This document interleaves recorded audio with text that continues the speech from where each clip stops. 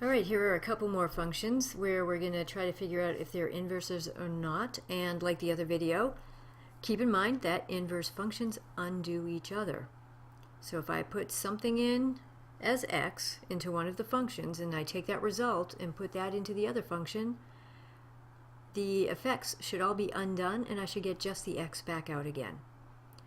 And here's how we test it out. Let's start with, does f of g of x equal x?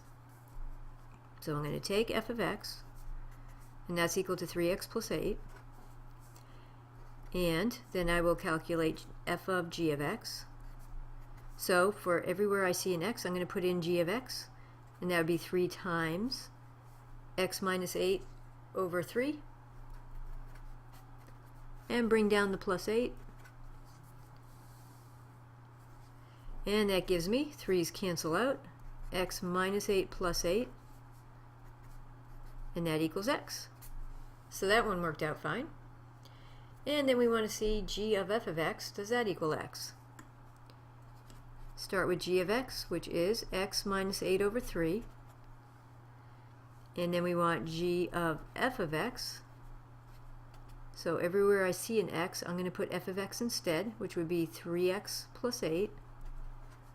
Then minus 8. Bring down them over 3. And that's equal to 8's cancel out, so I get 3x over 3. And that equals x. That one checks out too. So that means that yes, f and g are inverses. And you can also do just like a quick little number check just to kind of make sense of what's happening with numbers instead of seeing it all done algebraically. If you put in x is equal to 1, then you get 3 times 1 is 3 plus 8 is 11. If you take that 11 and you put it in as an input for g of x now, the effects should be undone and we should get the 1 back again. So if I put in 11 now, I get 11 minus 8 over 3, which is 3 over 3, equals 1. So you can kind of play around with numbers just to really get a feel for what's happening with the inverse functions. But to really determine if two functions are inverses, you want to do out this algebraic verification that you do get x back again in both cases. Alright, let's do one more problem. F of x is negative x and g of x is negative x. Alright, so thinking about that with numbers, if I put in x is 2, I'm going to get a negative 2 here. If I take that negative 2 and put it in for x here, negative negative 2 is going to be 2 again. So it looks like they're going to undo each other, and let's prove it out algebraically. Start with f of x. F of x is negative x. For now, put in g of x as the input.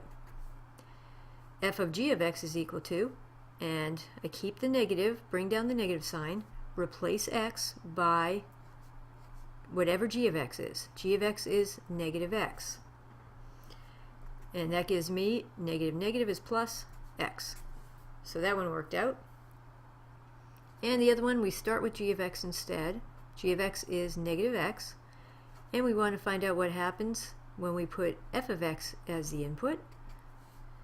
And do we get undone effects and just get x out again? So I have negative times x. I'm replacing x by f of x. F of x is negative x. So I get x. And that worked out too. That means f and g are inverses.